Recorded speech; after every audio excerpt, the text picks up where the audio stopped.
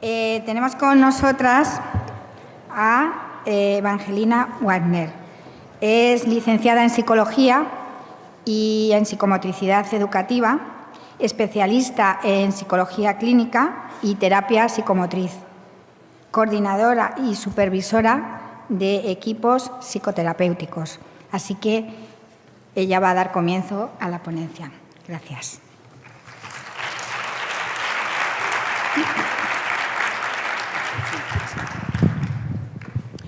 Muchas gracias por abrirme esta puerta de esta reunión en la que ya se han compartido tantas cosas importantes.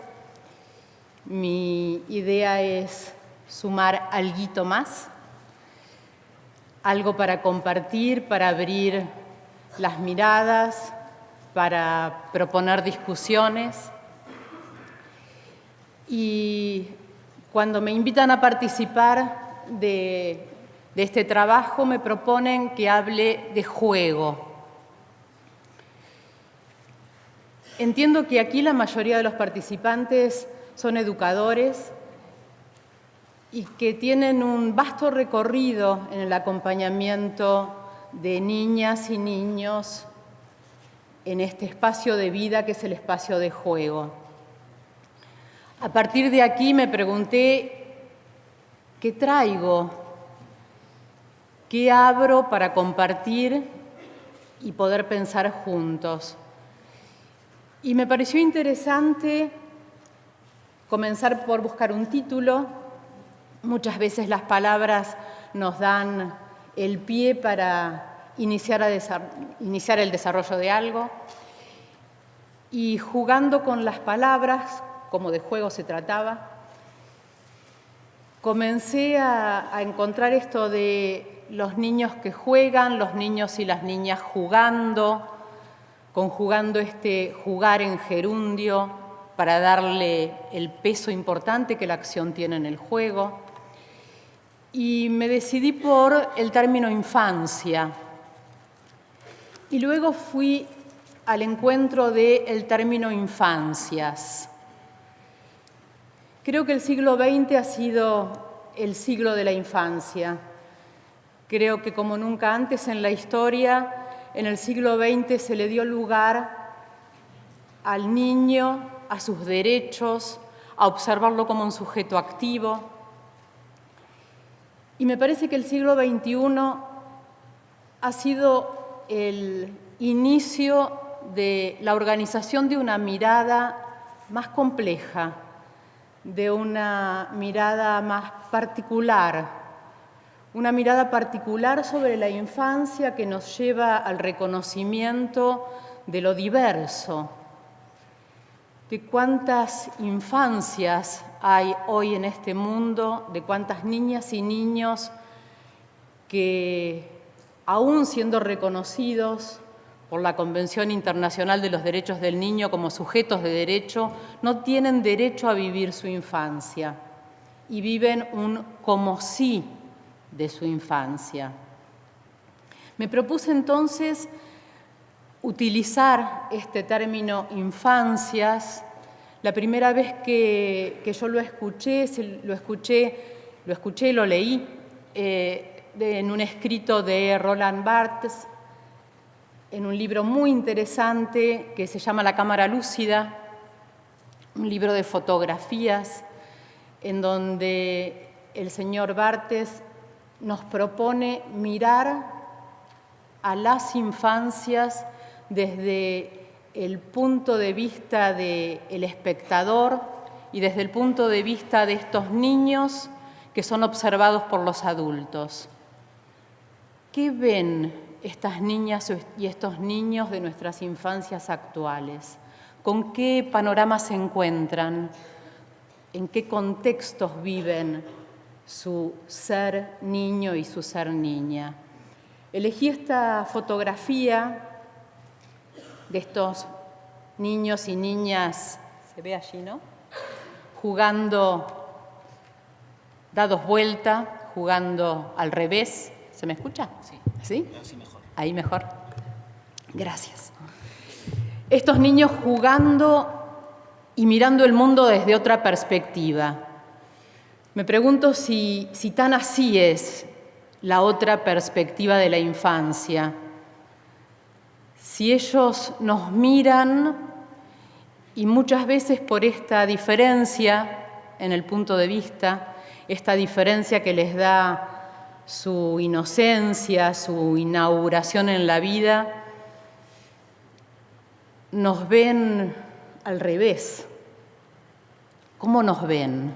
Nos preguntamos cómo nos ven, nos preguntamos qué contextos les ofrecemos. Upa. Y ya voy a necesitar ayuda. ¿Cómo hago para pasar a la siguiente? Aquí. Ahí está. Gracias. Tardo pero llego. Soy lenta, pero lo voy resolviendo. Y el juego parece que comienza aquí. Si bien no todo es juego, si bien en la vida hay cosas serias, jugando a las paradojas que nos propone Donald Winnicott, el juego para el niño no existe, porque el niño vive. Y los adultos tenemos una vida en la que vamos diferenciando juego y vida, pero viene a parecer que para el niño todo es juego. Una vez en una charla aquí en Madrid me atreví a decir que el niño es puro presente y se armó un revuelo. Parece que abrió a mucho debate esto del niño como puro presente. Para los adultos no es así, para los adultos existe el pasado, el futuro. Y cuando la vida comienza, no es lo mismo desde el punto de vista del adulto hacer lugar para lo que va a venir que no hacerlo. Y en este no es lo mismo, no le ofrecemos al niño el mismo contexto. Si nos tomamos tiempo como adultos, porque tenemos tiempo de fantasear, de pensar un nombre, de ofrecer un lugar y diseñarlo, no es lo mismo para el niño que viene. No es lo mismo si el adulto está ante la urgencia de la supervivencia. Para el niño no es lo mismo. No es lo mismo si este adulto tiene la posibilidad de un buen vivir, como decía el compañero en la ponencia anterior. Este juego que para todos comienza igual y aquí nos vamos jugando la vida y aquí comienza el inicio de la vida, resulta que tiene distintos resultados. Y aquí les vamos ofreciendo a nuestros niños distintos contextos. Estos contextos del brazo que se ahueca y aloja a un bebé y tiene tiempo de alojarlo. Este adulto que tiene tiempo de ofrecer una mirada que sostiene y una mamá, un papá que cobijan y en este cobijo ofrecen una redondez. En todas estas fotos, en las 4, me parece que nosotros adultos podríamos, dibujando hacer trazos sobre las fotos, podríamos dibujar cierta circularidad. Hay un círculo que se arma entre este bebé y este adulto, hay un círculo entre la mirada de ese bebé tan pequeñito. ¿Ven ese bebé que está con su papá? Y es tan pequeñito que hasta tiene una sonda nasogástrica. Es un bebé prematuro, muy prematuro. Y este bebé tan prematuro que se aloja en la mirada de este adulto, tiene con qué alojarse. Claro que no es lo mismo tener con qué alojarse y encontrarse con una mirada que lo sostiene. Y esta redondez del pecho materno que se ofrece para ser devorado por este bebé, esta redondez del pecho materno que se ofrece para ser transformado de lleno en vacío, propicia que el bebé comience a fantasear ante lo vacío y ante la distancia, con lo lleno y lo próximo. ¿Se ve en la foto de abajo cómo este bebé, ya tan pequeñito, se mete la mano en la boca? Aquí, en estos juegos de los primeros días, en estos juegos de sostén y de alojamiento, las vivencias de la proximidad y la distancia. Proximidad y distancia que se juega. Proximidad y distancia en la que se juega la vida y que luego se jugará con los objetos, pero primero en el cuerpo. Y primero desde aquí, este bebé, poquitos días, y ya juega. Claro que es difícil aquí diferenciar cuál es el juego que llamamos juego, esto que en inglés se dice game, y entonces resulta mucho más sencillo diferenciarlo. Y en castellano tenemos esta palabra, juego. Y aquí nos las arreglamos para incluir y excluir el sentido.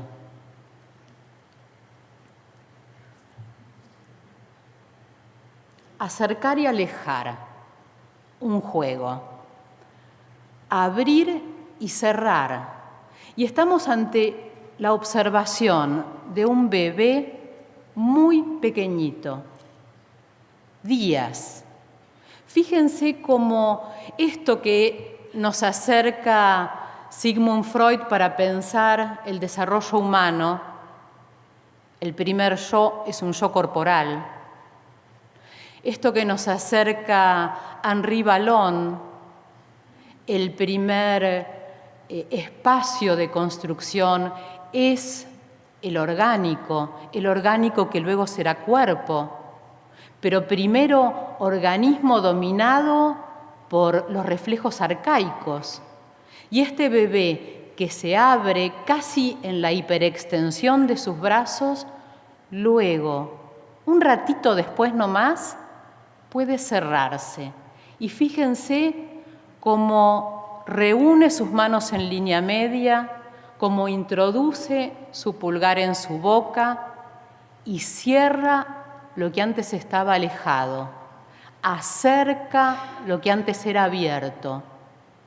Vivencias que tuvo primero en la redondez del vientre materno, vivencias que tuvo primero ante el encuentro de lo que lo alimentaba, nutriéndolo de proteínas, de vitaminas, de minerales, de defensas y nutriéndolo de lo simbólico.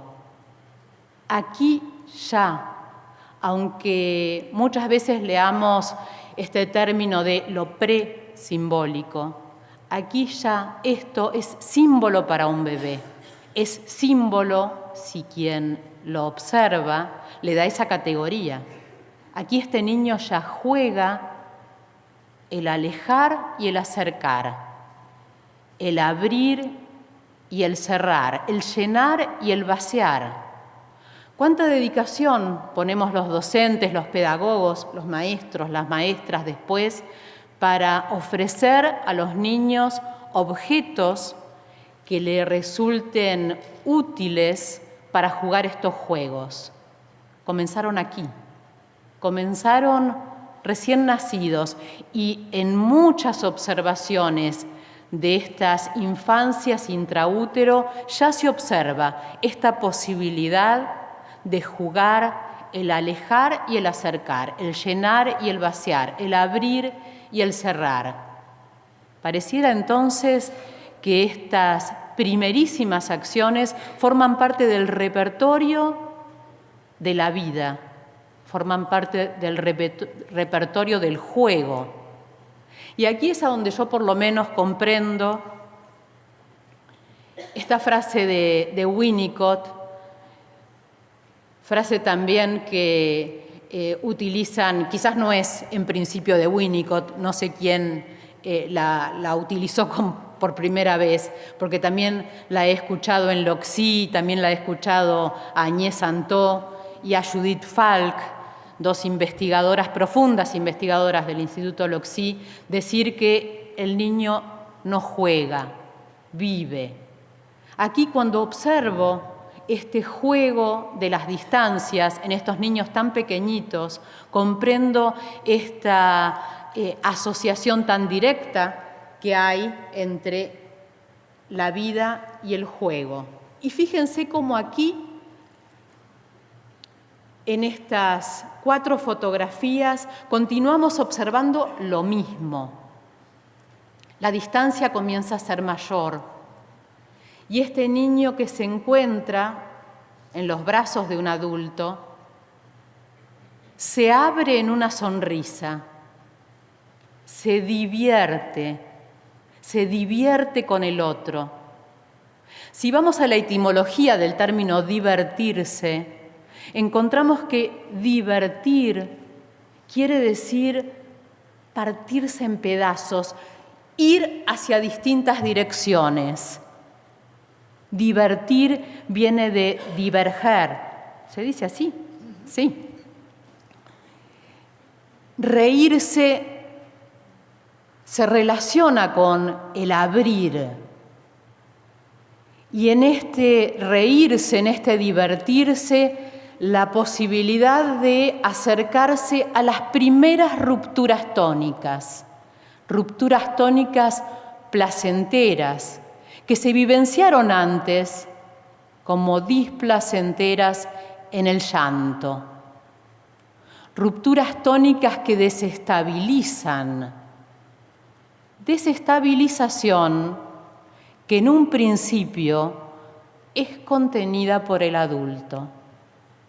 Y el niño pequeño, la niña pequeña, aprenden a reorganizarse luego de las rupturas tónicas y aprenden en directa relación al continente que los aloja. Fíjense cómo en el momento del baño, en la primer foto, este niño cierra los puños, acerca sus brazos al cuerpo, casi en una postura que podríamos significar como cerrada, de contención, de un tono alto. Sus puños están cerrados, el tono muscular allí es alto. ¿Será una respuesta al primer impacto que recibe este organismo debido a lo que ofrece ese contexto?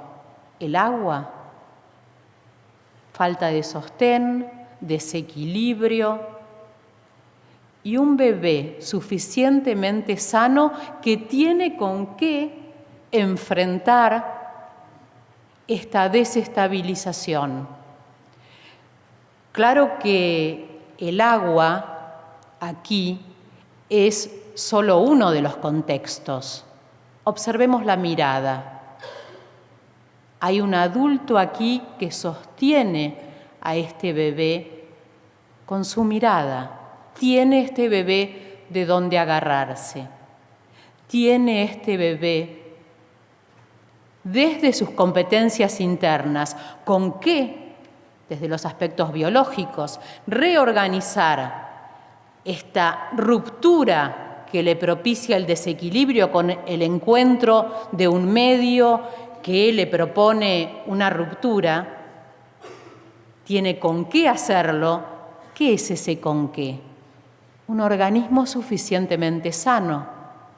Otros niños con dificultades en su organización biológica no cuentan con este equipamiento y entonces necesitan otros apoyos. Estos niños que por alguna desorganización biológica, por algún trastorno, no cuentan con esa competencia innata, necesitarán un soporte, un apoyo de mucha mayor estabilidad. Y entonces aquí será el adulto el encargado de ofrecer un sostén que le ofrezca a este bebé mayor apoyo.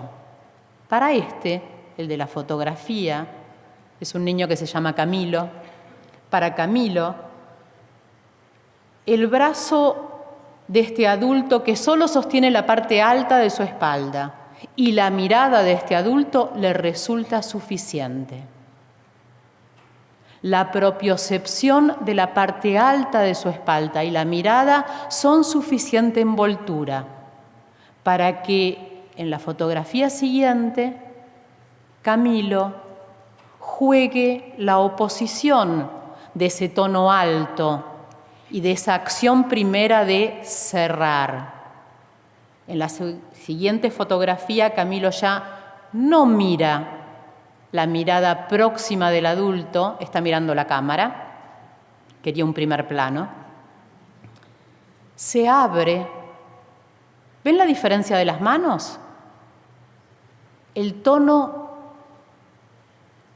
hizo un deslizamiento. Hay un deslizamiento tónico, y estoy utilizando aquí términos de Henri Vallon. Hay un deslizamiento tónico que permite una relajación.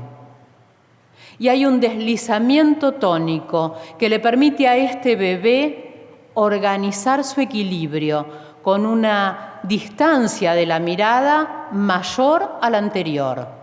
Para organizar el equilibrio, los seres humanos, cualquiera sea el momento de nuestra maduración, utilizamos 3 aspectos orgánicos: la propiocepción cutánea, el oído interno, la organización del oído interno y la visión. Fíjense que este bebé utiliza, si es que está utilizando la visión en este momento, a distancia. Y la propiocepción cutánea solamente de la parte alta de su espalda, y podríamos presuponer el apoyo de su cadera en la pequeña bañera. Este juego con el agua, que ese es el programa del bebé, este baño, este momento de higiene, que es el programa del adulto, requiere luego de un momento de mayor envoltura. Y ya no es suficiente para esta mayor envoltura la propiocepción que el propio bebé puede organizar o la mirada en la mirada del adulto. Necesita una envoltura mayor y el adulto lo sabe. Claro que desde un punto de vista lo sabe porque lo tiene que sacar del baño, porque el agua fue perdiendo temperatura, porque el bebé se comenzó a enfriar y entonces lo envuelve en un toallón. Para el bebé quizá el registro de todo esto que registra el adulto tiene que ver con una sensación de malestar. El frío le provoca malestar. Ya no puede deslizar su tono subiéndolo y bajando, entrando en un tono más elevado y en una distensión, porque se cansó. Y entonces es el toallón, la toalla suave, esta telita elegida por el adulto para arroparlo, lo que vuelve a organizar el bebé. Fíjense que aquí, en estos 3 tiempos, un tono alto, un tono que se distiende, y en esta distensión, el tomar el riesgo, aún sin saberlo de parte del bebé, de entrar en desequilibrio, requiere luego un soporte mayor del adulto y la envoltura en un toallón. Estamos hablando aquí de los tiempos y los espacios del juego.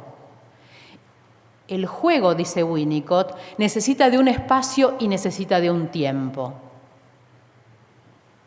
El tiempo y el espacio funcionan como límites. A mí me gusta decir, y me gusta decirlo porque me resultó fácil entenderlo así.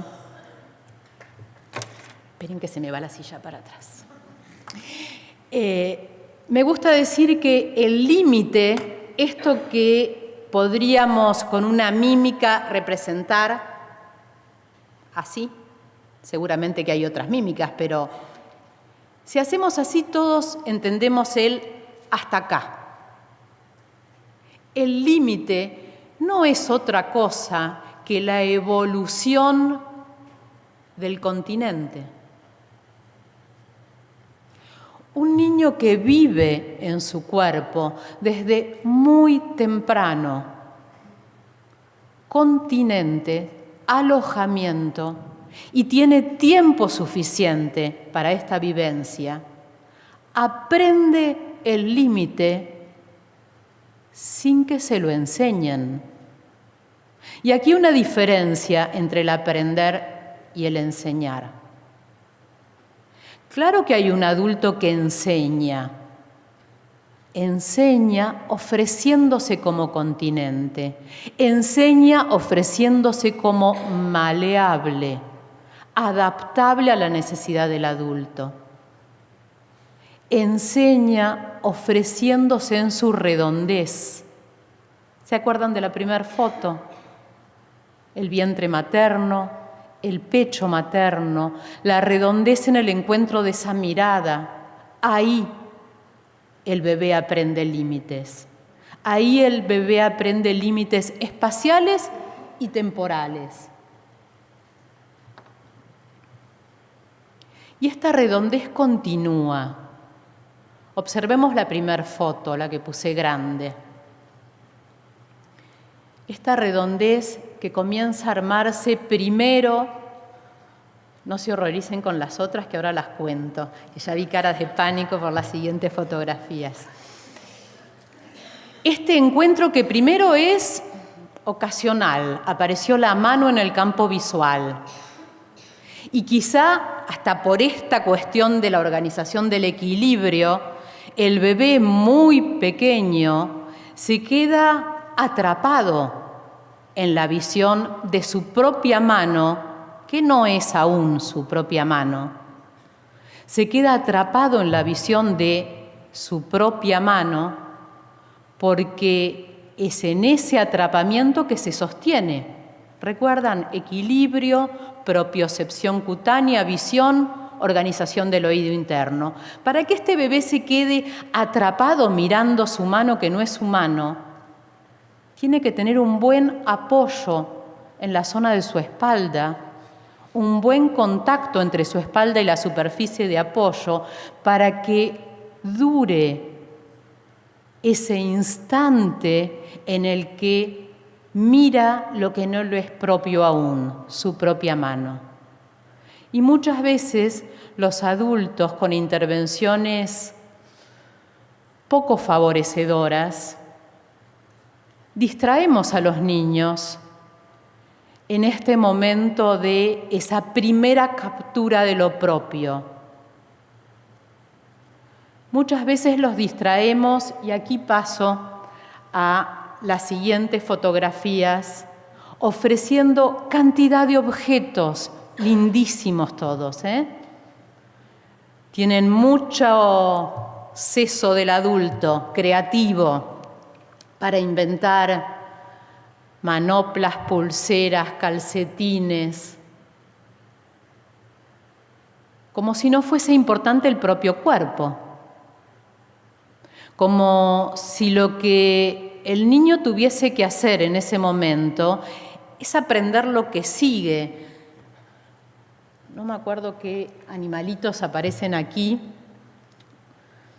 ni sé muy bien cuáles son, una vaca, un burrito. ¿Será que el niño tiene que aprender el concepto vaca y burro antes del de mano y pie?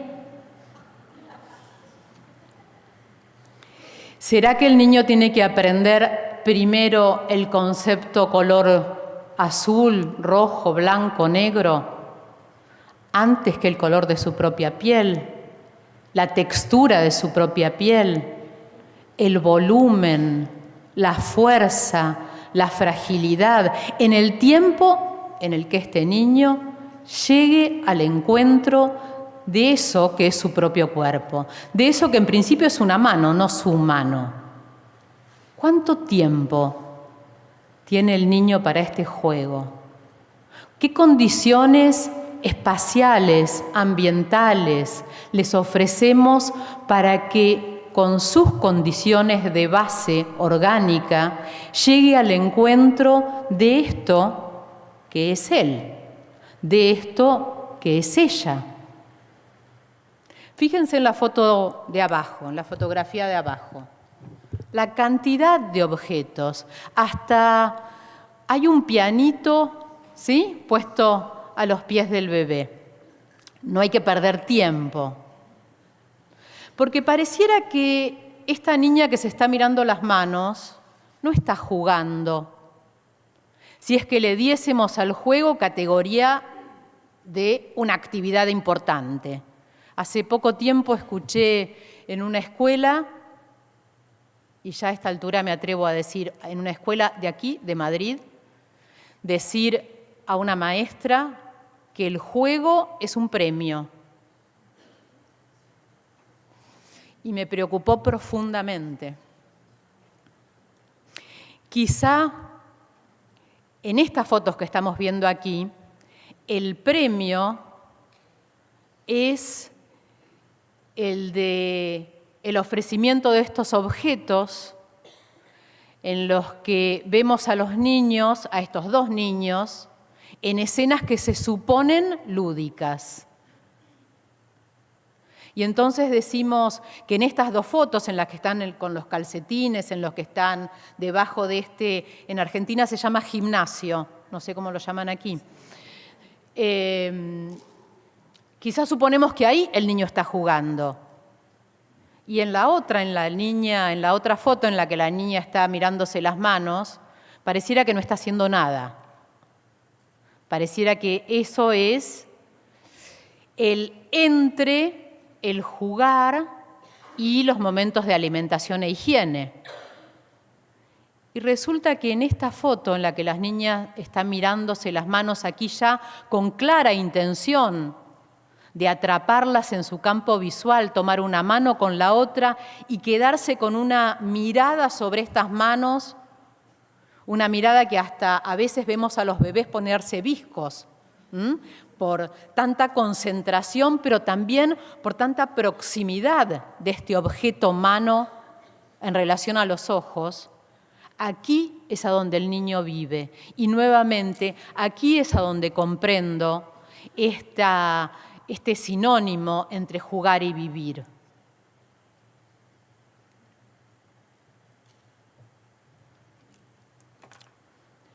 Y las distancias crecen.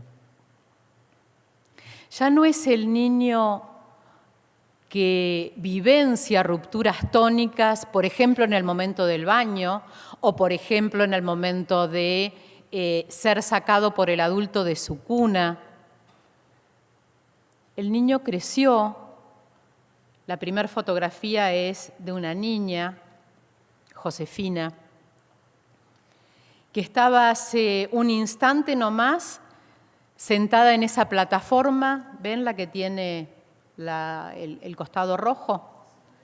Y de pronto, ante los brazos del adulto que se le ofrecen, la niña que toma el riesgo y pierde su sostén.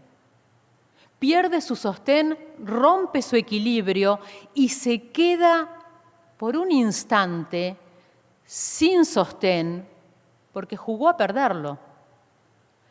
Y se ve en su carita esa necesidad de pronto encontrarse con un espacio de reaseguramiento. Bernard Couturier le pone el término a esto de reaseguramiento profundo. ¿Reaseguramiento profundo de qué? Este es un juego de reaseguramiento profundo de la unidad de sí. Unidad de sí que se rompió, que se perdió en el juego de desequilibrio. Los seres humanos solo jugamos a perder lo que tenemos, si no salimos del área de juego. Un niño solo puede jugar a perder su equilibrio cuando este ha sido un aprendizaje que ha transitado. Y lo ha transitado con su propio cuerpo, lo ha vivenciado. Y entonces es divertido, entonces puede partirse en pedazos, atreverse a la ruptura. Y fíjense que en las dos fotografías siguientes, un niño mayor, un niño más grande, ya no necesita el adulto próximo. Y hay un objeto que lo reemplaza. No es el cuerpo que se ahueca del adulto para recibir esa ruptura tónica del bebé. Es un almohadón suficientemente, un cojín suficientemente grande, suficientemente mullido, suficientemente blando, que representa al adulto ausente. Y este niño más grande se atreve a ir solo al encuentro de eso que representa al adulto.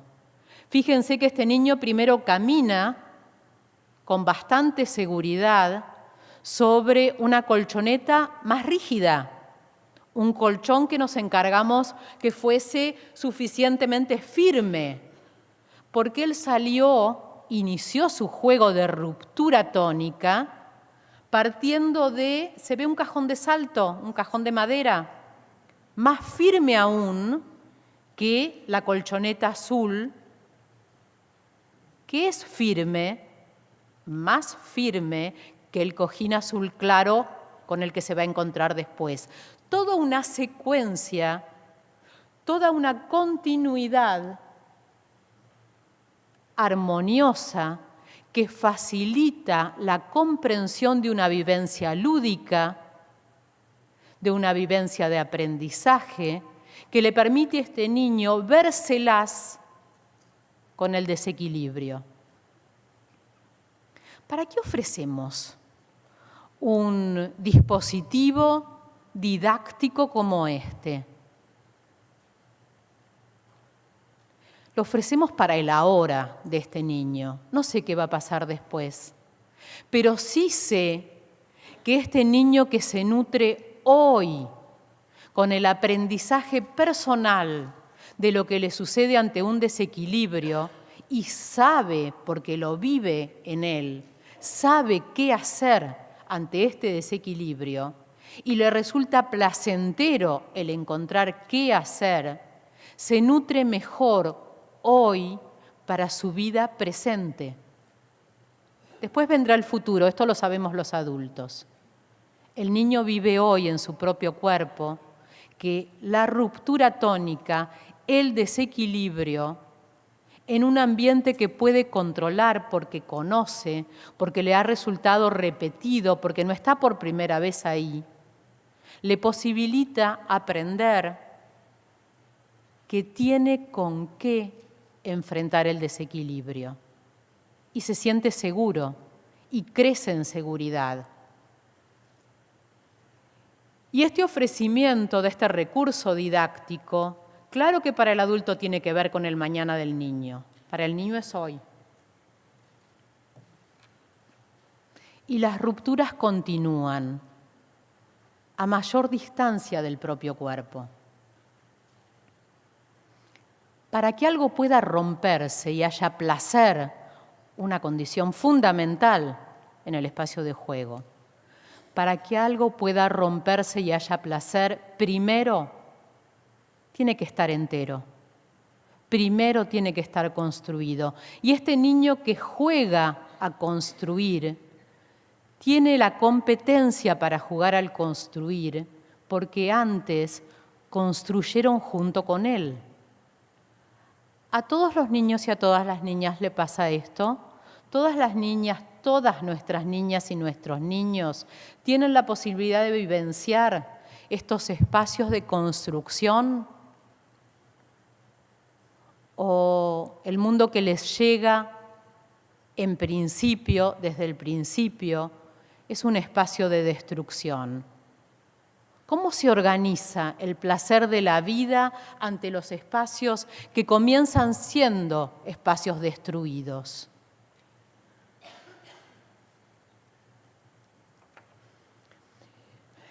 Estas son fotografías muy viejas que yo tomé en Buenos Aires, cuando en Buenos Aires comenzaron en las escuelas los espacios de práctica psicomotriz, porque Bernara Couturier nos visitó muchas veces enseñándonos esta maravillosa práctica de juego, estos maravillosos espacios transicionales que son los espacios del como sí. Y estos juegos de desarmar y armar que ofrece el adulto. Observar cómo los niños se enfrentan a estos dispositivos para jugar el armar y el desarmar nos dan muchas ideas que nos permiten imaginar quién es este niño a quien nos disponemos a acompañar. El niño que se atreve a desarmar y desarma para luego construir. Es un niño que ha tenido la posibilidad de ver lo armado y lo desarmado. Vuelvo a preguntar, ¿todos los niños tendrán esta posibilidad en nuestro mundo actual? ¿Lo tienen? ¿Cómo son cuidados? ¿Qué espacios para recibirlos? ¿Cómo observamos el detalle del alojamiento? Fíjense en el pie de este niño, esta suela que se ve gris. No creo que tenga puesto el zapato al revés por una indicación del ortopedista. ¿Cómo miramos a nuestros niños? ¿Qué adultos disponibles? Y esto no tiene que ver con culpabilizar a los adultos que no estamos disponibles. Esto tiene que ver con a quienes sí tenemos la posibilidad de estar dispuestos, ser maleables y transformables ante la mirada de los niños, organizar un análisis acerca del cuidado y los detalles.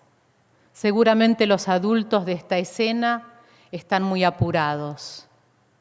Miren cómo este niño que se ve cortado en la fotografía mira la cámara.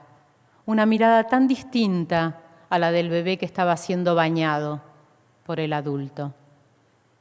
Este gesto duro, esta dureza, ¿cómo se desarma? ¿Hay un como sí del juego aquí con estas armas? De ninguna manera estoy diciendo que los niños no tienen que jugar con armas, porque las armas forman parte de la vida y los niños se divierten mucho jugando con armas, jugando a matar y morir. Es un juego de la infancia. Ahora, es un juego de la infancia cuando es un juego porque la vida y la muerte son dos instancias reversibles. Para estos niños, estos de aquí de la fotografía, ¿será reversible la muerte? ¿Tendrán como imaginar que no pasa nada? ¿O lo que constatan en el día a día es el que la vida se juega y se termina y no vuelve a comenzar?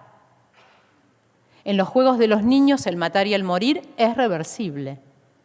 Y por eso nos podemos atrever en los espacios de juego a jugar la muerte. Estos niños no sé si juegan la muerte. Estos niños la viven. Y aquí entonces una ruptura. En esto que yo hasta ahora entendía bastante bien, el juego como sinónimo de vida, parece que el juego también puede ser un antónimo. Y el juego también puede desaparecer del espacio de vida. ¿Qué les parece esto que les estoy contando? ¿Algún comentario, alguna pregunta, alguna opinión? ¿Continúo? ¿Sí? Voy a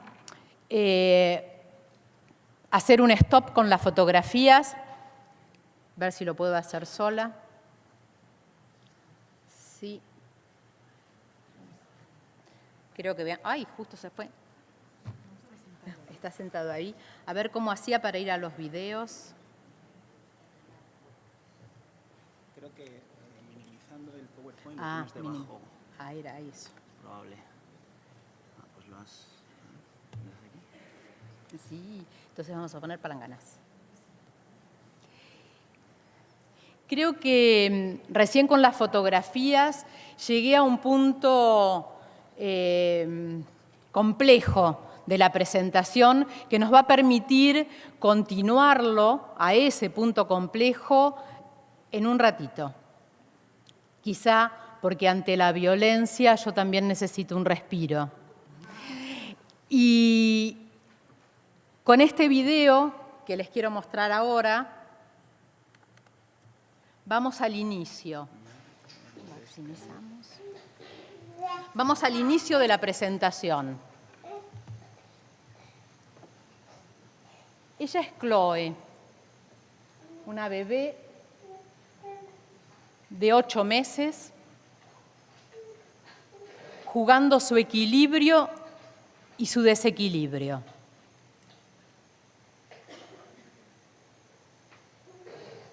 Está en un ambiente que conoce, porque desde que tiene 1 mes, viene 1 vez por semana a este espacio.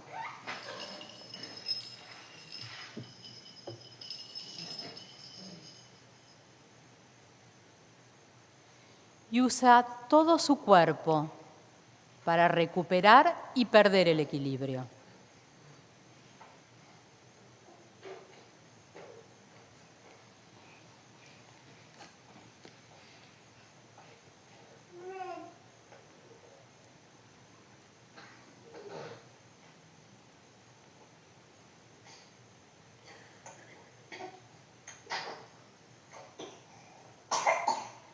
La quietud, la redondez, cómo arma un círculo con su propio cuerpo.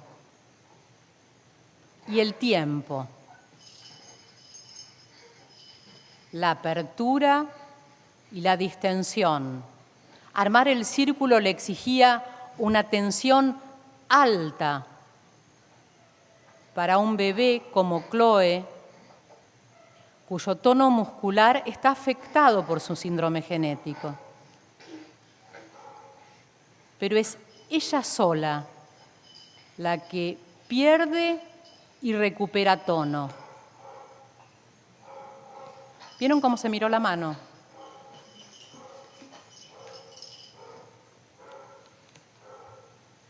Y vuelve a elevar el tono, pierde el equilibrio y lo recupera.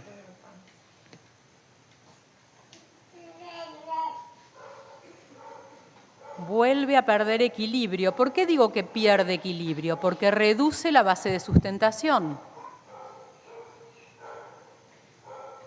Y para reducir la base de sustentación, para atreverse a ese juego, necesita elevar su tono. Imaginémonos por un momento a nosotros mismos haciendo ese juego. Ay, qué linda nena. Ay, qué sonrisa. Un beso. ¡Mua! ¡Mua! A mí me importa el gesto de Chloe. Sí. Me importa Bella, su lengua, Chloe. que es grande Bella. ¡Mua! y que está mucho tiempo afuera de su boca. Yo hablo de besos, Vos estás haciendo le ruido doy con la besos pelota, y miren cómo Chloe cierra su boca. ¿La moves con tu pie?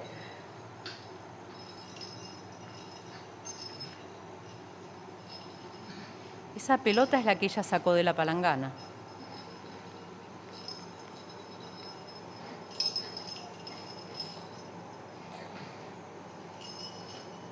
Todos juegos de abrir y cerrar, vaciar, alejar y acercar. Primero juegos de acción, de sensorio-motricidad. Y una atención facilitada por una organización postural en equilibrio.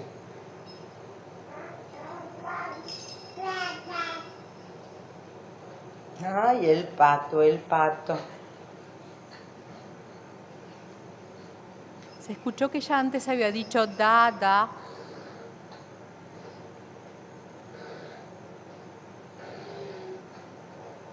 Y transformé el da en ay, el pato, el pato. El adulto en continuidad, acompañando. No es el adulto el que inicia, ahí, en ese momento preciso de la intervención. El adulto inició antes, ofreciendo un espacio suficientemente seguro, con un piso que se decidió. No es casual. Qué pañuelo te encontraste. Y ese pañuelo Chloe lo conoce desde el primer día que fue apoyada por su mamá y por su papá en el suelo de esa sala. Pero el salón es para el año. No, ya creí que le iban a festejar los 9 meses. Vamos a poner esta aquí. Podemos sacarlo e ir al siguiente. Muchas gracias.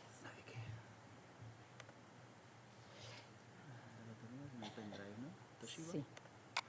Ahí y vamos a ir a manos. Ese. Chloe, varios meses después, la misma sala, el mismo suelo. Y observen su juego.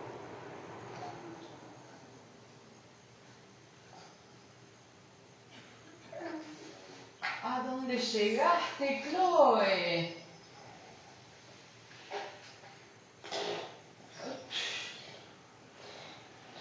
Un beso, por favor, un beso. Ah. ¿Sí? ¿Sí? ¿Sí?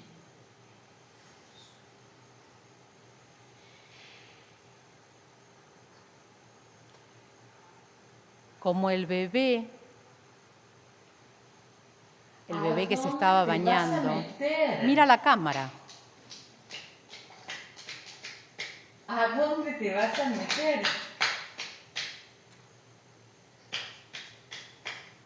Mira la cámara y mira el contexto que la rodea.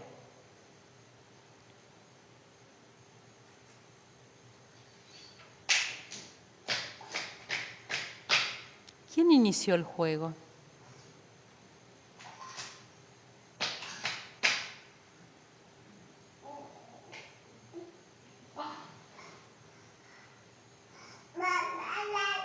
Mis manos. Y ante ¿A dónde una te vas, Chloe, que te propuesta vas a golpear la cabeza? a la que ella aún no llega, era muy difícil para Chloe dar vueltas sus manos y mostrar la palma de la mano como yo le había propuesto. Cambia. Y te podés golpear la cabeza. ¿Sabes? Sí. Te podés golpear la cabeza y ella se aleja. Permiso. Permiso. Sí, permiso. Ah. Y ahí termina. Sí, te saqué de ahí. Chloe. Yo estoy con una cámara fija ahí y entonces por eso es que no la subí para terminar de filmar. Vamos a seguir con los videos. Perdón.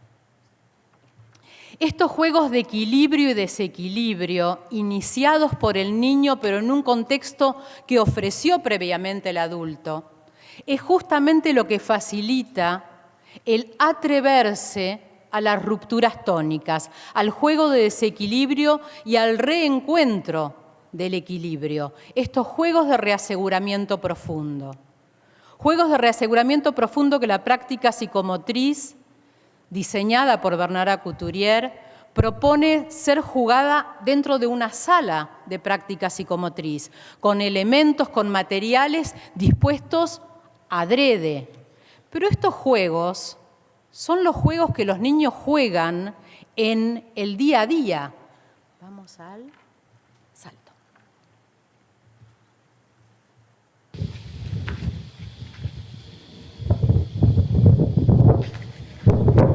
Es el viento.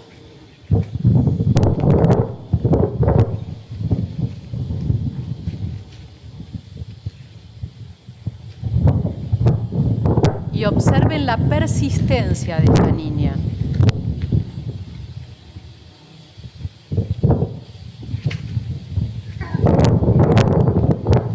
No es un salto aún, es una caída.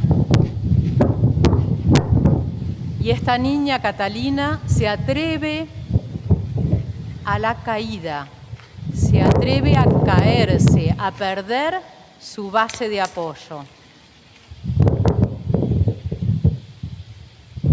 Tomando términos muy piagetianos, lo tiene internalizado al apoyo. Ya aprendió, con H en el medio. Vamos al correr.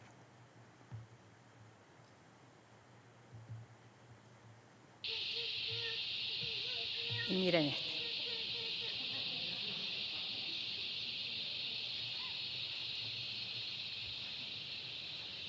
Pareciera que este juego, el de correr, es distinto al de la caída.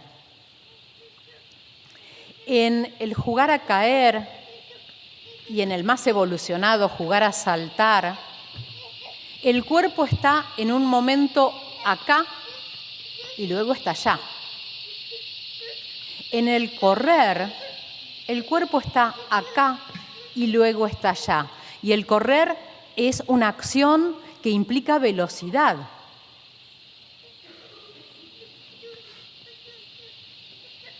Atreverse a la velocidad va en paralelo al atreverse al desequilibrio. ¿Podemos verlo otra vez? ¿Otra vez?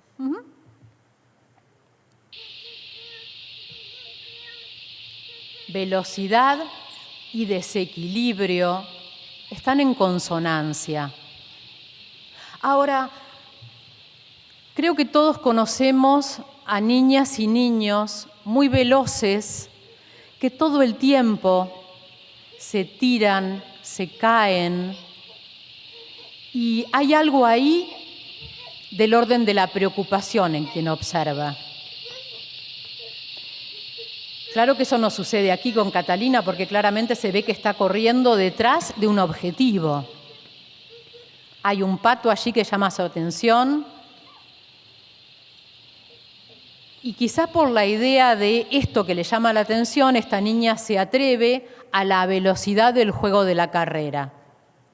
Hay niños que corren todo el tiempo o se caen todo el tiempo sin un objetivo. ¿Qué nos cuenta de este niño esa acción que por un lado significamos como acción, pero por otro nos desconcierta, porque no hay una producción allí? ¿Qué sucede con este niño que hace, pero en una acción que es casi la no acción, casi lo contrapuesto? No sé si podemos dar respuesta a qué sucede, pero lo que sí queremos hacer pronto es ¿qué hacemos? Y actualmente lo que más se hace con estos niños que corren sin que haya un pato delante, estos niños que se tiran y se caen, muchas veces sin que haya una colchoneta o un cojín grande y suave que los va a alojar y que es la representación de ese adulto que los alojó antes, muchas veces lo que hacemos es intentar inmovilizarlos. Y los adultos tenemos diferentes recursos para inmovilizar estas acciones de los niños que nos asustan o que nos preocupan. Uno de los recursos son los recursos químicos, las medicaciones. Las medicaciones ante algo que los niños nos están contando acerca de quiénes son. Si podemos pensar estos juegos de pérdida de equilibrio, estos juegos de pérdida del espacio en el que el niño estaba. Recuerdan que dije recién, la carrera está primero en un punto, este niño, y luego deja ese punto en el espacio para velozmente tomar distancia. Cuando observamos que ahí en estos niños que juegan estos desequilibrios y estas pérdidas de lugar, y no aparece ni placer, ni un discurso narrativo que dé cuenta del juego que están jugando, nos asustamos y los inmovilizamos. ¿No tendríamos que leer allí que estos niños nos están contando algo acerca de cómo vivenciaron el sostén? ¿No será que tenemos que leer ahí que estos niños nos están contando que hay algo que no les fue suficiente respecto a ese tiempo y ese espacio que cada uno necesitó para internalizar las figuras de sostén, de apego, de equilibrio, de alojamiento? ¿Será un buen alojamiento ofrecerles a estos niños chalecos químicos o actividades que sirvan para que se concentren? He escuchado una vez, y no aquí, en Argentina, cierta metodología que tenía que ver con poner a los niños sentados a mesas que estuviesen mirando hacia la pared para que estos niños no se distrajeran.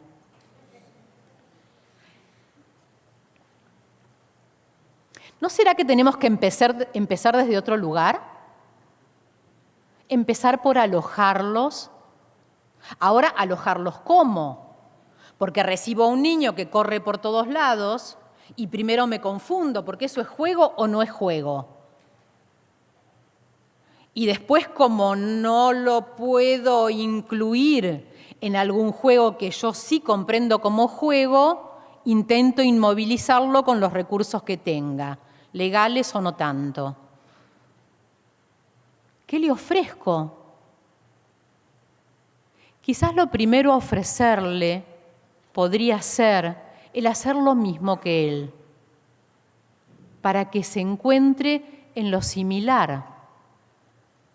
Ese niño que corre sin parar, que se cae sin parar porque se tira, o que rompe sin parar, sin la continuidad de la que les hablé antes, referida al desarmar y alarmar, es un niño que salteó un momento de su vida. No puedo empezar por ahí. ¿Por dónde empiezo? Quizá por hacer lo mismo. Quizás por romper con él, por perder con él, por desaparecer con él, hasta que quizá, tal vez, y ahí tomo el riesgo yo, y me atrevo como adulto a tomar el riesgo yo porque como adulto sí vivencié mi propio reaseguramiento, tengo confianza en mí primero y por lo tanto puedo confiar en él. Pero no sé si este niño lo va a lograr, nunca sé, porque el otro es el otro. No sé cuál va a ser su construcción. En realidad tampoco la sé a su construcción si empiezo por inmovilizarlo. Pero claro, la quietud me resulta más tranquilizadora y entonces comienzo por ese lado. Los adultos tenemos que atrevernos a recibir al niño que es. A Chloe, con su tono muscular muy descendido, a Juan, con esto que se llama hiperactividad. Una vez escuché a Bernard Couturier, que sé que está ahora aquí en Madrid, decir, ojalá todos los niños sean hiperactivos, haciendo él un juego con las palabras. entendiendo que hiperactivo es ser muy activo. Ojalá todos los niños sean muy activos. Claro que la hiperactividad tiene una connotación negativa.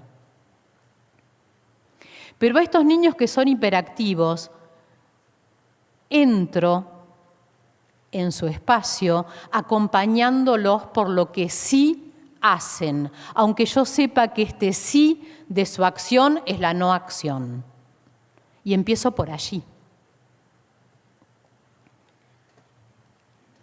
Vamos al Male Pelotitas. Este video es un video también muy casero, tomado con el telefonillo, como dijo mi compañero, y está oscuro. Miren esta niña.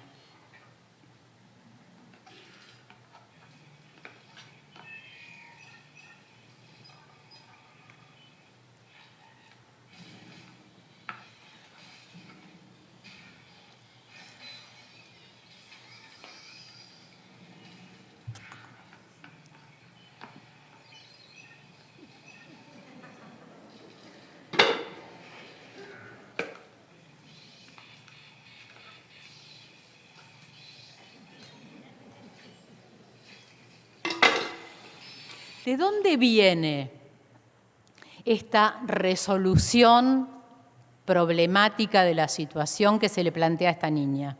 ¿Cómo la construyó?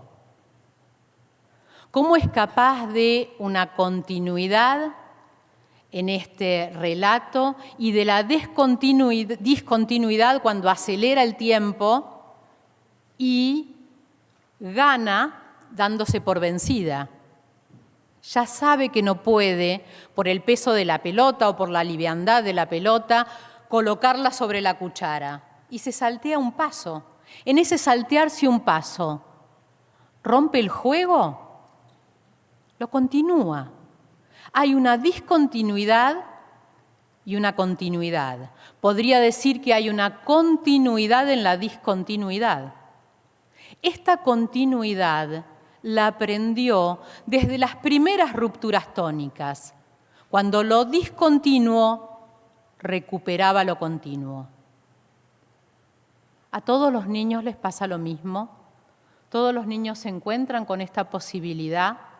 ¿Cómo se los ofrecemos a quienes no se encuentran con nuestras salas de escuelas infantiles tan pensadas al detalle, con nuestras familias que ofrecen tiempo, cuidado, abrigo, nutrición? ¿Cómo se los ofrecemos? Quizá una manera es comenzar por donde ellos están, sin horrorizarnos, sin pretender normalizarlos. Volvemos a las fotos. Quien quiera hacer una propuesta o plantear una inquietud, es momento, siempre es momento. ¿No? Vamos a la siguiente. Muchas gracias, creo que aquí ya me las arreglo solo. Gracias.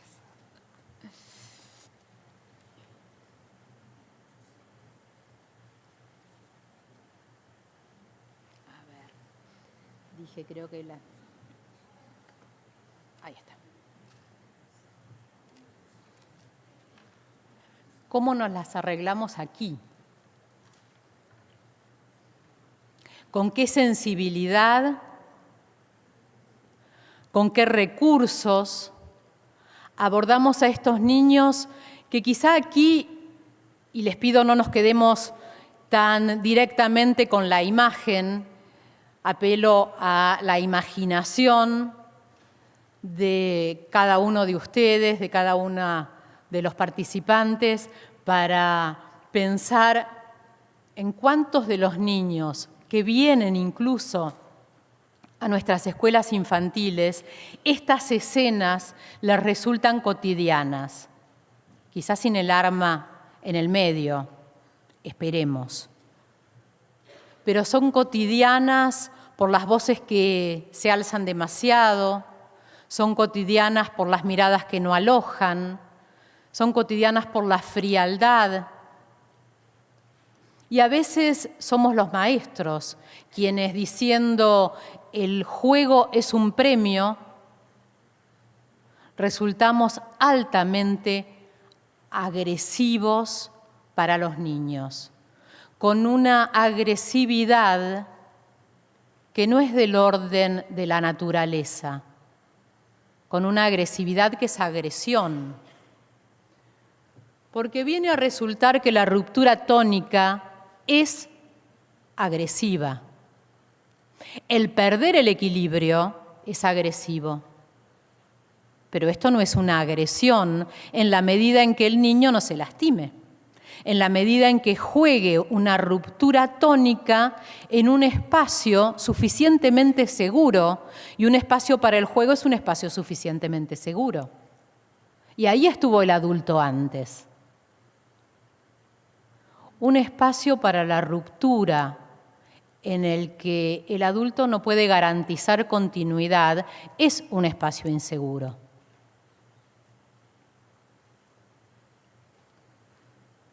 Miren en la primera foto, estas son de esas fotografías viejas de una escuela argentina, se llama Instituto Platerillo. Una escuela a la que quiero mucho, a la que amo, porque allí aprendí mucho, porque tengo entrañables compañeros y me emociono cuando hablo del querer y de las experiencias amorosas compartidas, me emociono mucho. Miren a este niño jugando esta ruptura tónica que en realidad no se observa en su cuerpo. Hay un salto aquí, a diferencia de la caída que vimos en Catalina cuando bajaba de las raíces del árbol. Hay un salto ascendente. Fíjense que está hasta más elevado que la superficie de apoyo de ese cajón que se ve en el fondo. Cómo se estira, queriendo conquistar un espacio que no le es propio, pero al que puede acceder. Puede acceder porque él se lo propone, puede acceder porque se atreve, puede acceder porque tiene seguridad en sí mismo. Y esta seguridad en sí mismo la construyó a lo largo de sus 5 años de vida. Fíjense, a diferencia de este niño que salta de esta manera, el niño de al lado, que también salta, pero salta con una envoltura que requiere de una tela. 2 saltos diferentes porque son 2 niños diferentes con 2 historias diferentes. 2 historias que podríamos leer casi como parecidas, ¿no? Van a la misma escuela, una escuela con un proyecto pedagógico de avanzada, elegida por sus familias. Esto pareciera que los hace casi iguales. Sin embargo, uno, el de la segunda fotografía, necesita una envoltura concreta, presente, objetiva, que el niño anterior no necesita. Esto me está hablando de su historia.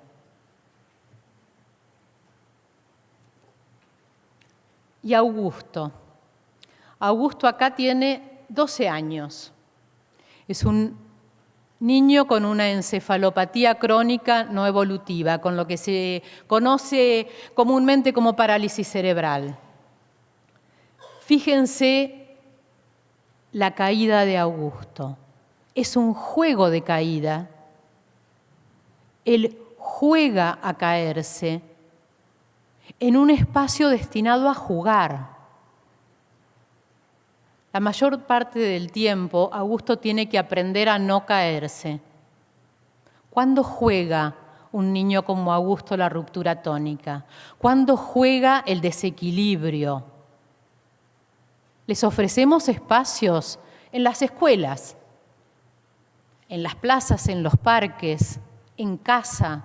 ¿Tienen tiempo los niños con una discapacidad como Augusto para jugar el desequilibrio? Si un ser humano no juega el desequilibrio, ¿cómo se constituye sin el recurso de este juego? ¿Cómo se constituye la unidad de sí? ¿Cómo se constituye la seguridad sobre sí mismo? Fíjense la rigidez, la espasticidad de este niño. Su puño cerrado, las piernas a las que le cuesta tanto flexionarse, su rostro que en una sonrisa con alta rigidez por su trastorno, da cuenta del encuentro placentero con el desequilibrio. Para Augusto, el desequilibrio está cargado de displacer. Es posible construir en personas con discapacidad y en personas sin discapacidad. Es posible construir una armoniosa unidad de sí, un sí mismo suficientemente armónico, sin el juego de estos contrastes.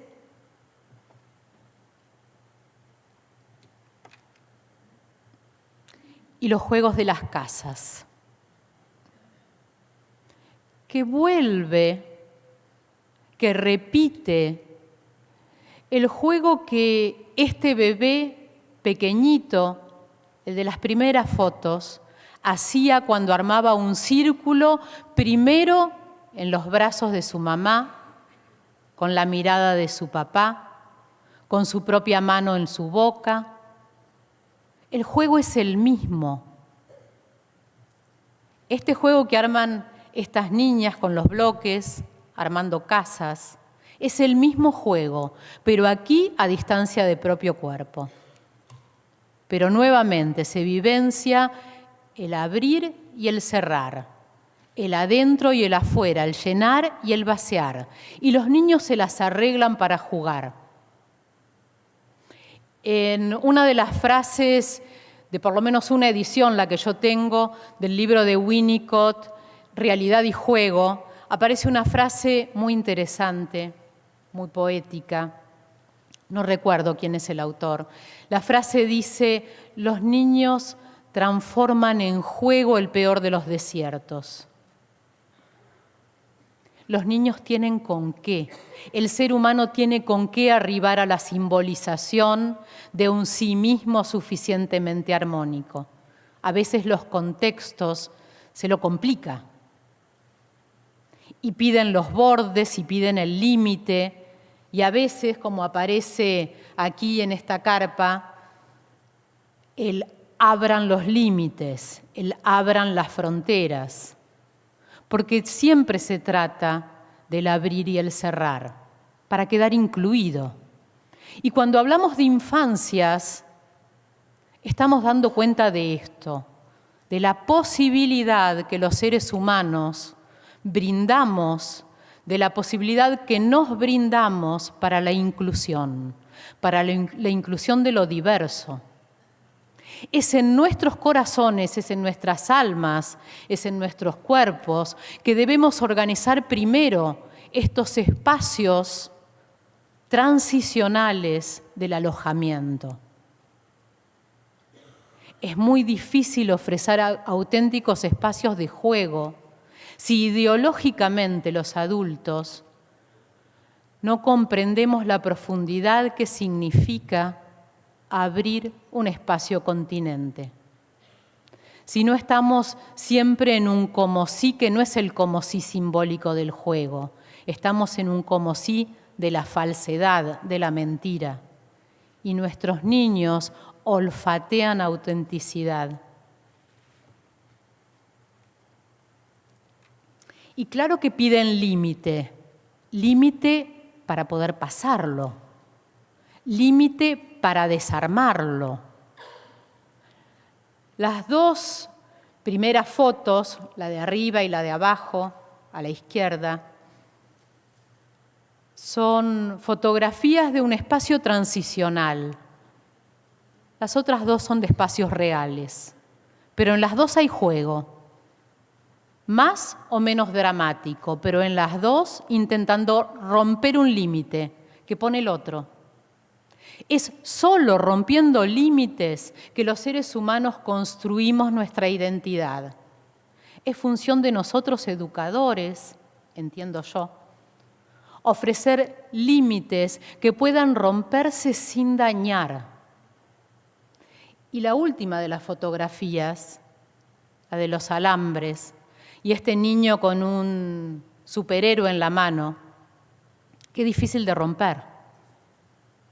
¿Cómo se hace ahí para transformar en espacio de juego un desierto? Seguramente este niño se las arreglará. Para algo le servirá el superhéroe. Pero qué daño para la humanidad, ¿no?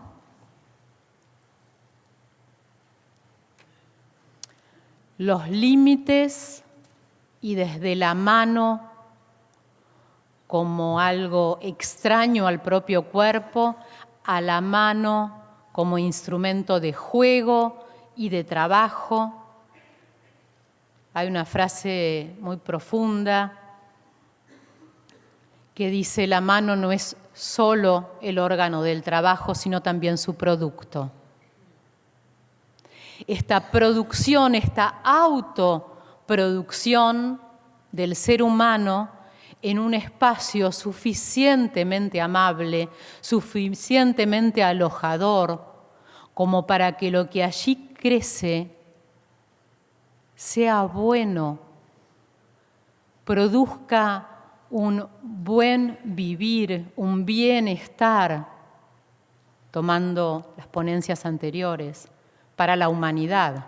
Partimos de lo particular y de ofrecer espacios de juego para lo particular e incluyente, entendiendo que ahí, así, nos salvamos todos. Y para eso lo hacemos.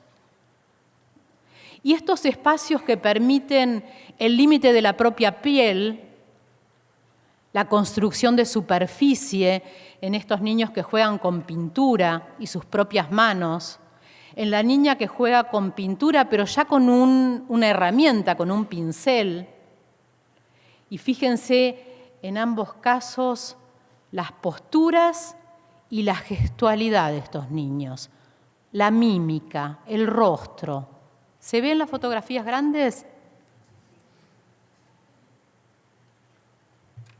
Y miren la niña que está con el telefonillo, quizá en un juego hermoso de imitación de su papá o de su mamá, o del adulto que utiliza un teléfono, quizá atrapada ahí, con una construcción de superficie que es difícil si es que hay demasiado tiempo puesto en el contacto con ese recurso tecnológico.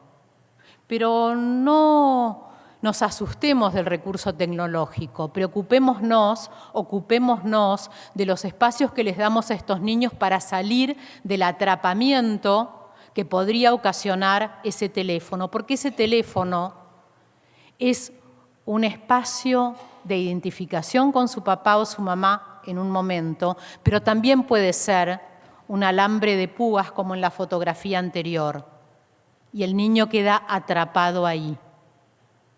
Y lo mismo sucede en la última de las fotografías. Claro que nuevamente nos preguntamos, ¿esta niña juega a lo que se juega en su casa como juego de adulto? La vida cotidiana, el trabajo de sus adultos. Y fíjense la gran evolución.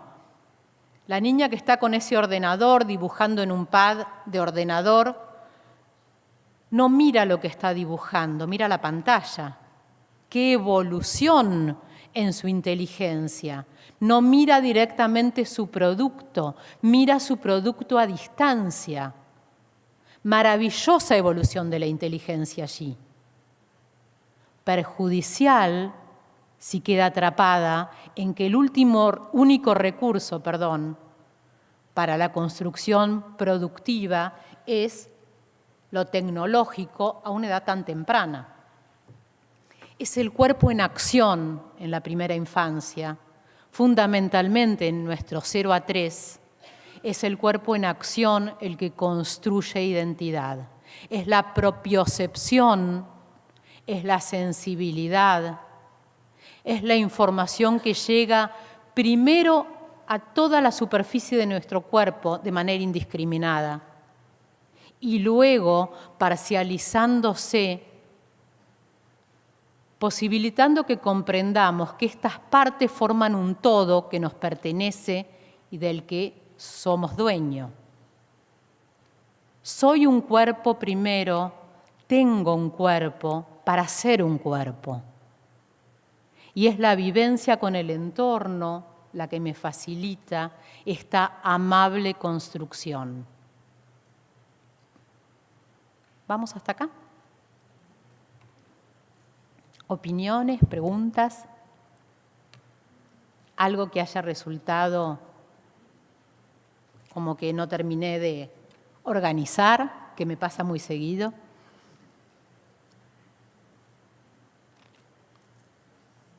Sí.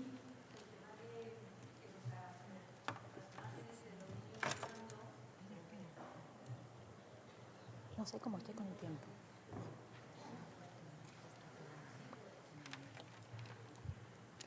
No, no se te oye nada.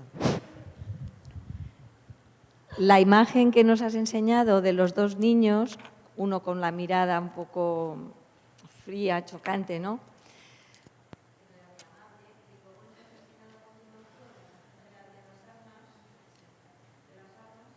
¿Te refieres a esta? Sí. Sí, y luego lo otro, como para que reflexionáramos, has dado una pincelada del juego de la vida y de la muerte, y yo me he quedado...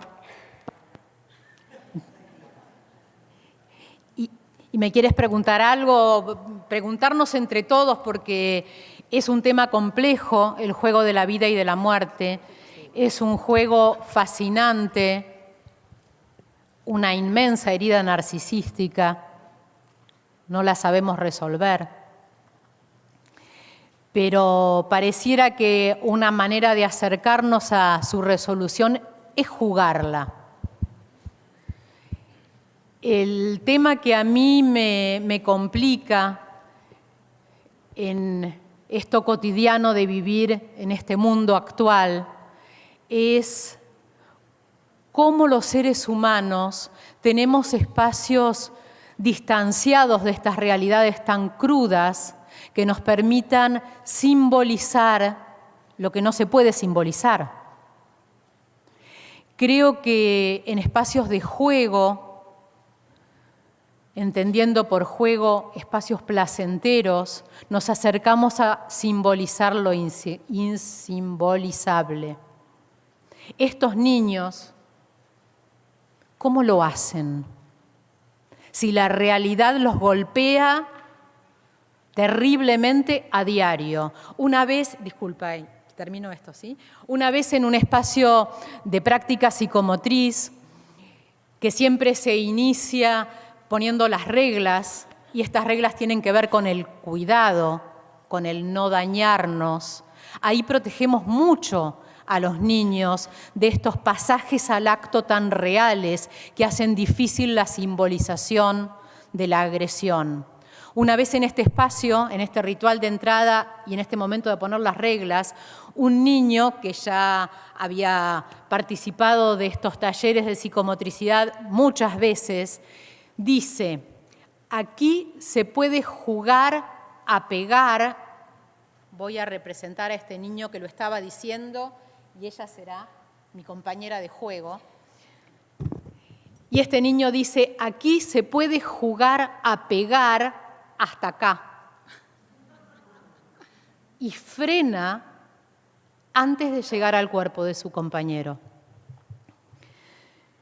Claramente en esta fotografía se ven armas que son de juguete.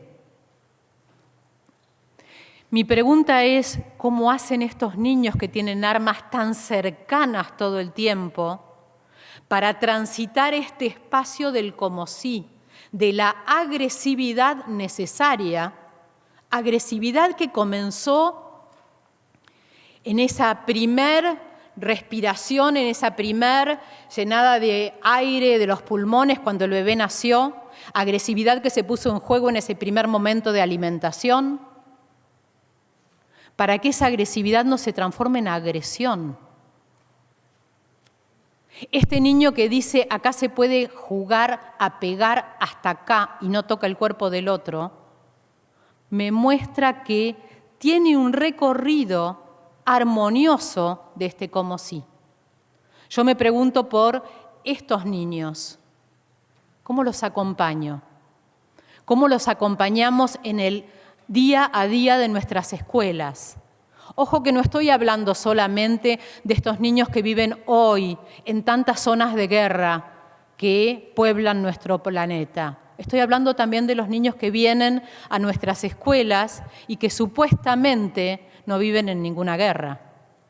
¿Tendrán otros campos de batalla que sí tenemos que acompañar? Discúlpame, que querías hacer una pregunta. Muy agresivo ver esas armas, pero los juegos de vida y muerte con colchonetas y telas te las hacen igual. ¿Las hacen igual? Las hacen igual. Es decir, es algo que tiene que ver con...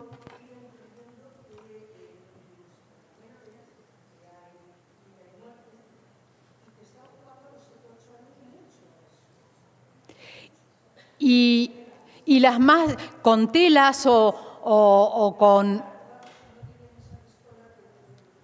Lo juegan igual. Y yo insisto en el paralelo que por lo menos yo comprendo y abro a la discusión, insisto en el paralelo entre el juego de la muerte y el morirse por el juego de discontinuidad que propone la pérdida del apoyo. Para poder jugar a saltar hay que perder la base de sustentación. Hay que atreverse a la ruptura tónica. Desde ahí los niños juegan a matar y a morir. Pero pareciera que muchas veces los adultos creemos que juegan a eso cuando lo enuncian con la palabra. Y vienen jugando desde antes. Vienen jugando a esto cuando van a dormir, por ejemplo. Porque el dormirse, el entrar en sueño de manera armoniosa, es un juego de desaparición. Y el desaparecer es un juego que podemos poner en paralelo con el juego de morir. Creo que muchas veces nos salteamos estos pasos, nos salteamos esta lectura y decimos cosas como el juego de la muerte es típico de los 5 años, o de los 7 o de los 8. Y ahí vamos como parcializando. El niño de los primeros meses juega a mirarse la mano. Y esto no tiene que ver con ni el aparecer ni el desaparecer, y mucho menos con el estar vivo o estar muerto. Pero resulta que ahí comienza. Porque cuando la mano está dentro del campo visual, está presente. Y cuando se fue del campo visual, sin que el bebé quiera que se vaya, porque se le va, el juego es el de desaparición. Entonces, si dificultamos que un niño juegue a mirar y no mirar su propia mano, si lo dificultamos porque lo amarramos a una trona, lo ponemos en un taca-taca, o le ponemos los patuquitos, los calcetines, lo que le estamos impidiendo es este juego de presencia y ausencia, de estar y no estar.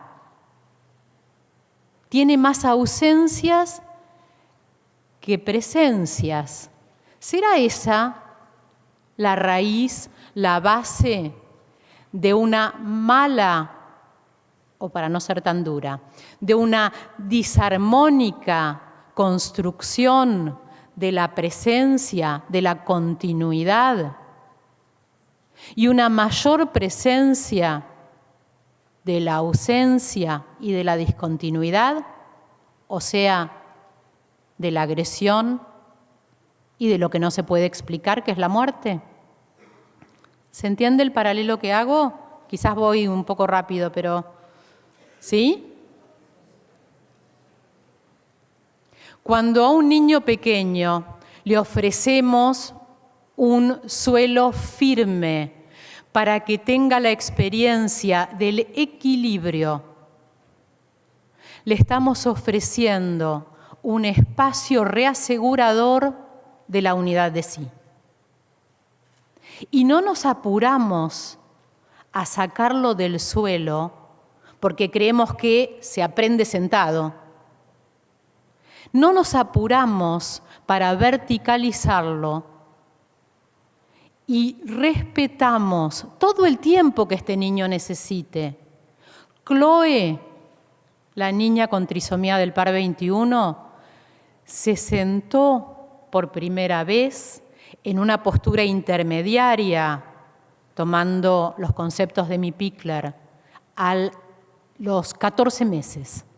A los 14 meses aún no había construido la postura de sentada, ni siquiera con el primer paso de postura intermediaria. Cuando Pickler habla del respeto por el desarrollo postural autónomo, habla del respeto por la unidad de sí, habla del respeto por lo que este niño es, el que sea, no el que yo quiero que sea. Habla del respeto por la vida, habla del placer por la vida, y esto es lo contrario a la muerte.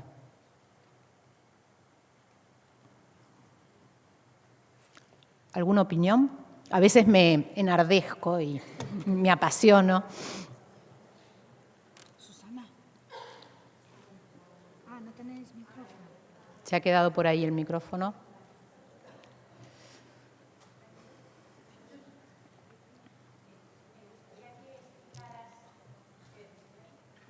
Sí.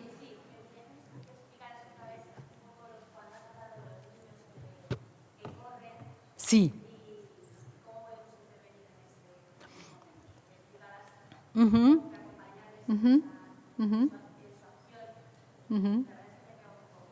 Yo lo que les había propuesto es hacer lo que están haciendo.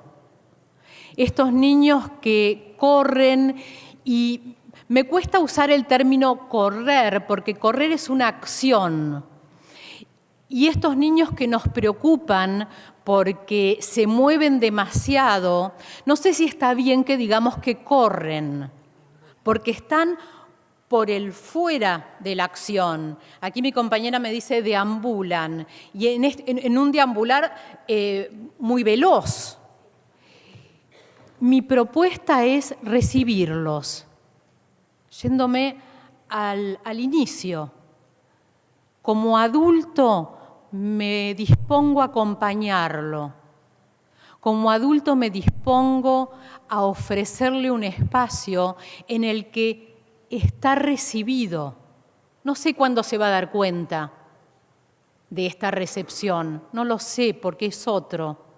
Pero lo que me voy a disponer a hacer con este niño, para que quizá, tal vez, sienta algo del orden del acompañamiento, lo que me voy a disponer a hacer es a deambular velozmente con él. Voy a hacer lo mismo. Y quizá en algún momento, porque ya pasó un tiempo en el que nos estamos conociendo y pienso que puedo tomarme, pero antes que pensar siento que puedo tomarme el atrevimiento de introducir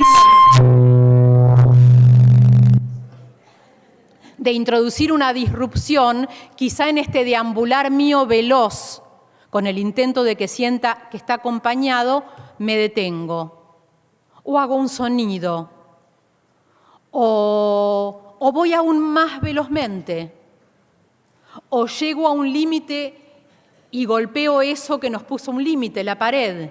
Y quizás ahí se inaugura el primer encuentro.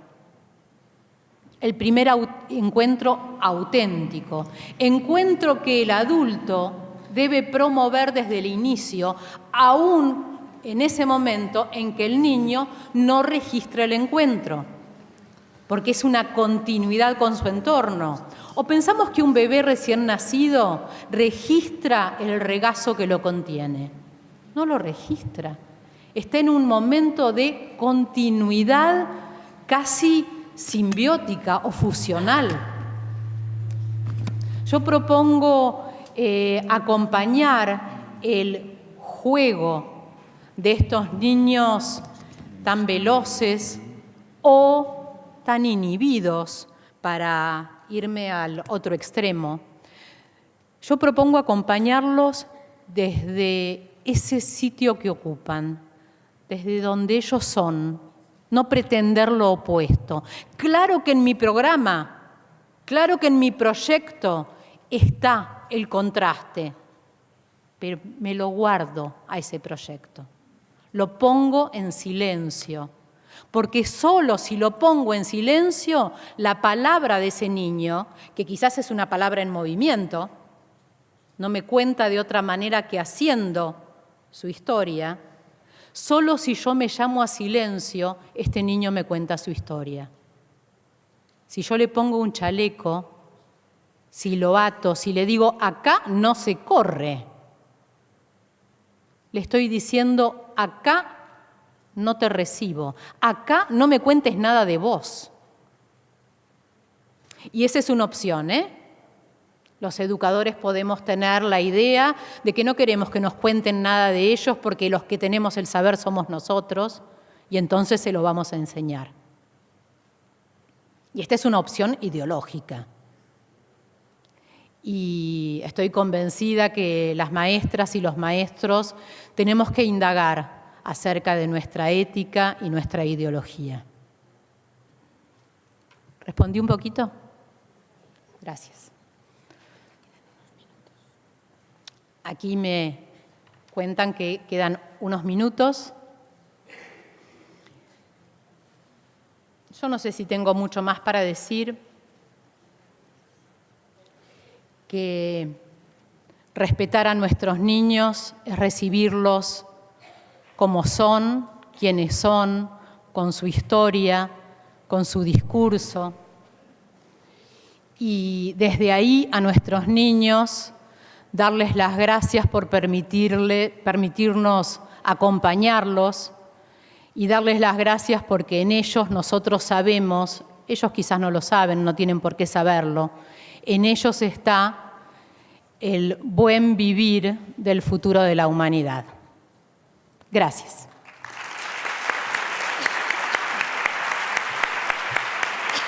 ¿Sí? ¿Se entendió?